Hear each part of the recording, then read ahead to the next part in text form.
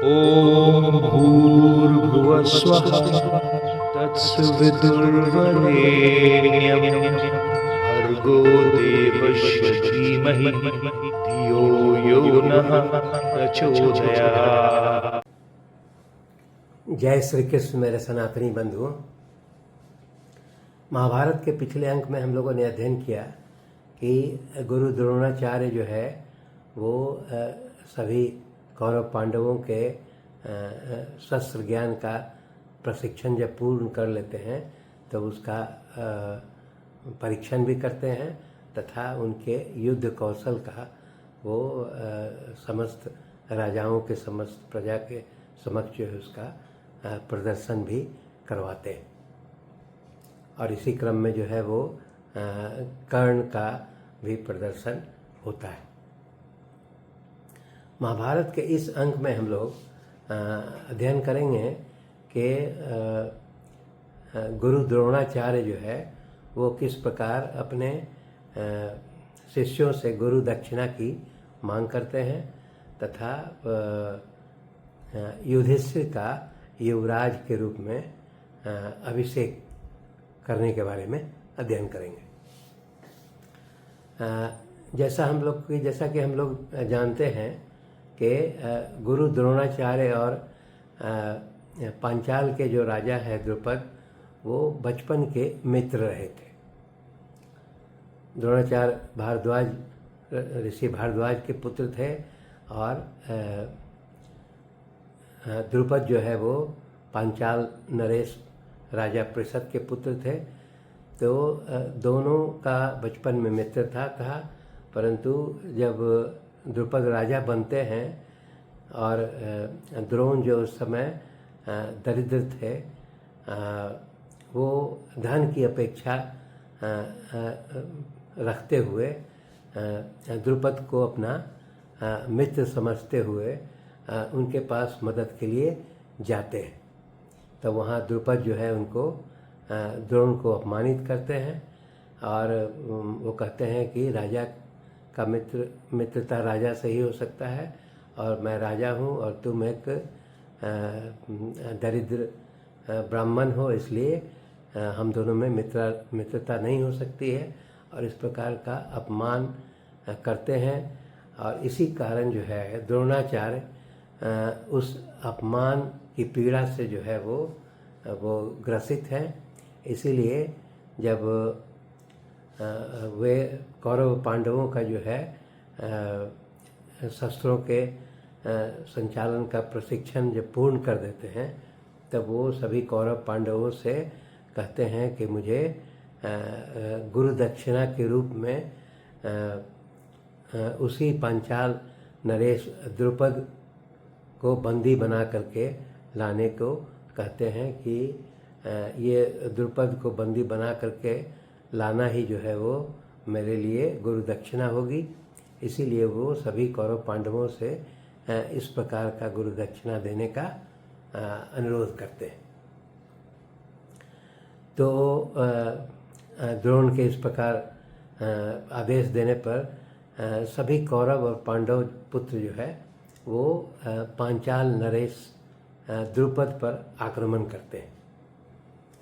यहाँ पर दिखाया गया है कि द्रुपद भी काफ़ी शक्तिशाली राजा था।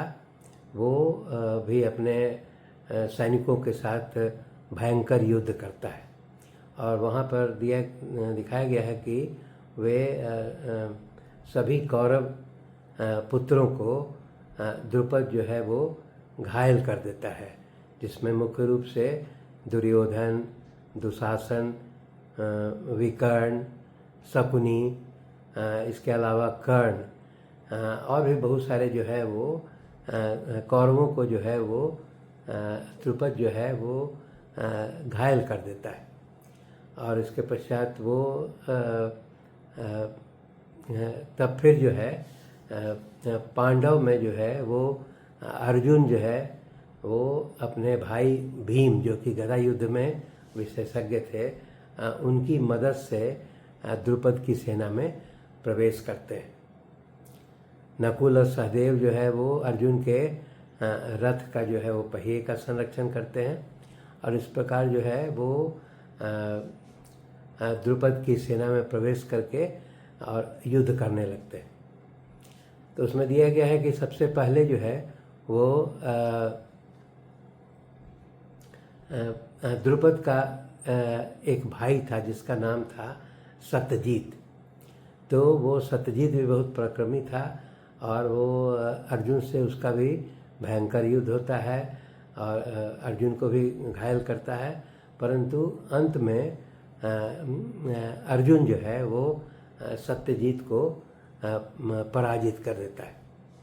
तब जब सत्यजीत पराजित हो जाते हैं उसके पश्चात फिर द्रुपद जो है वो कमज़ोर पड़ जाता है और फिर वो अर्जुन जो है वो भीम की मदद से द्रुपद को पकड़ करके और बंदी बना लेता है और द्रोण के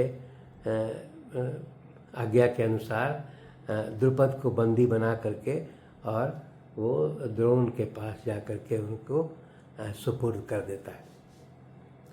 जब द्रोण के पास द्रुपद को बंदी बना करके लाया जाता है तब वो उस अपमान को द्रोण याद करते हैं कि तुमने जो है मेरी मित्रता स्वीकार नहीं की थी, तुमने कहा था कि एक राजा के साथ ही मित्रता हो सकता है, इसीलिए वो द्रोण कहते हैं कि मैंने तुम्हारे पूरे राज्य पर विजय प्राप्त कर लिया है। और वो कहते हैं कि गंगा नदी के उत्तर में जो पांचाल देश का भाग है जिसको अधिछत्र के नाम से जाना जाता है, उस पर कहते हैं कि उस पर मैं राज्य करूंगा। और द्रुपद को कहते हैं कि वो गंगा नदी के किनारे जो पांचाल प्रदेश है उसका राजा बन करके तुम जो है वो संचालन करो। तो इस प्रकार वो द्रोण कहते हैं कि इस प्रकार तुम भी दक्षिण पांचाल के राजा हो और मैं भी उत्तरी पांचाल का राजा हूँ, और अगर तुम चाहो तो मेरी मित्रता स्वीकार कर सकते हो। तो इस प्रकार वो द्रोण अपने उस अपमान का बदला जो है वो चुका लेते हैं और इस प्रकार जो है वो द्रुपद जो है वो दक्षिण पंचाल का राजा बन करके और फिर अपमानित होकर के और फिर वो राज्य का संचालन करने लगता है। इस प्रकार जो है जब यहाँ पर सभी कौरव पांडवों का प्रशिक्षण पूर्ण हो जाता है और द्रोण का गुरु दक्षिणा भी प्राप्त हो जाता है, तब लगभग 1 वर्ष बीतने के पश्चात सभी लोग के सहमति से वो युधिष्ठिर को हस्तिनापुर के युवराज के रूप में उनका अभिषेक किया जाता है।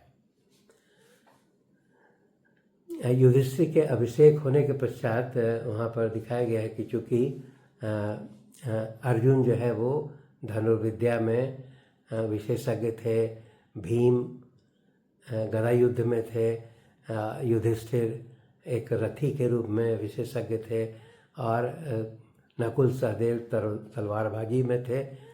तो यहाँ पर दिया गया है कि वो सभी पांचों पांडुपुत्र जो है वो काफ़ी राज्य का विस्तार करने लगे और शक्ति प्रदर्शित करते हुए वो बहुत से राज्यों के राजा को पराजित करके अपने राज्य का विस्तार करने लगते हैं। उसमें सबसे महत्वपूर्ण बताया गया है कि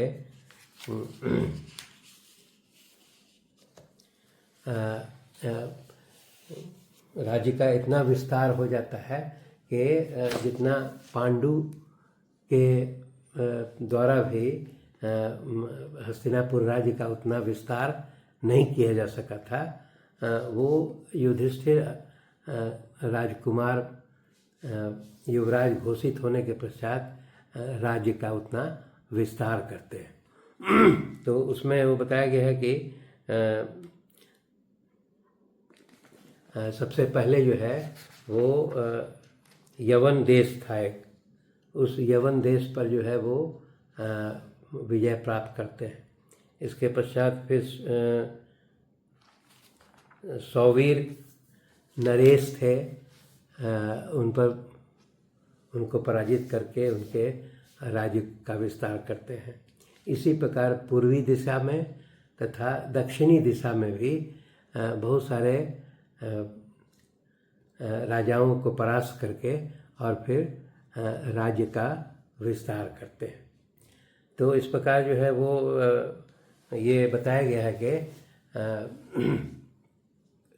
युधिष्ठिर युवराज घोषित होने के पश्चात हस्तिनापुर के राज्य का बहुत विस्तार करते हैं और इस विस्तार का प्रभाव देख करके धृतराष्ट्र जो है वो उनको चिंता होने लगती है, ईर्ष्या होने लगती है, क्योंकि वैसे भी वो चूँकि नेत्र से अंधे थे तो वो उनके स्थान पर पांडु जो है वो राजा बने।